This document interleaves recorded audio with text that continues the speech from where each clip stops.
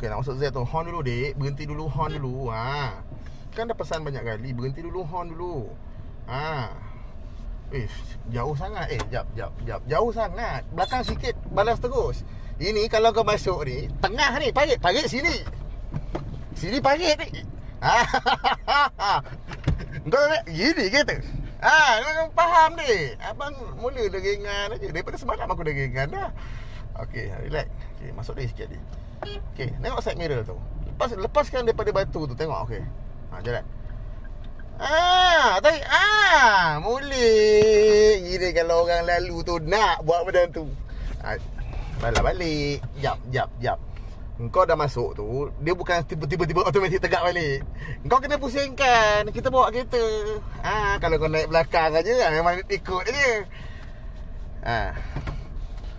Hey, auto dia senang ni. Abang cerita terang, auto senang. Hari tu orang siap masukkan majalah 3. Bukan paling senang bawa kereta auto. Jadi kat kau dah masuk kali ke berapa belas ni. Kau dah kena faham. Abang Ajo ikut. Jangan sampai-sampai. Okay. Tak ada. Signal tak ada. Abang tak suruh signal. Sekarang ni abang tak suruh signal. Okay, sekarang ni aku dah break kan. Ini kalau aku lepas je break ni, tak tumor sekali depan ni. Jangan baik-baik. Abang lepas kau tekan break dulu. Okay, abang lepaskan balik ni. Pada depan kau jaga sendiri. Slow. Okay. Tarik ke kanan. Tarik ke kanan lagi. Banyak lagi. Pandai. Biarkan dulu. Tak. Break jap.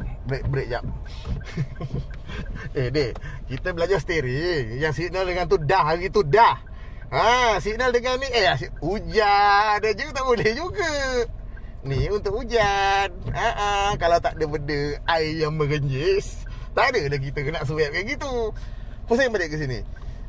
Hey, susahnya budak-budak ni jam betul lah. Abang sampai nak lancarkan buku, susah ngajar budak sekarang. Okey, tahan steering. Okey, tarik ke kanan sikit. Lembut-lembut. Okey, balas balik ke kiri. Jap, break jap. Lagi sekali. Dah, kau nak aku selotik kertas ke? Dia janganlah silap buka wiper aja. Kita kena faham. Tengok jalan tu macam mana, and kau pusing steering dengan perasaan kau. Faham tak dengan perasaan? Bukan kutuk.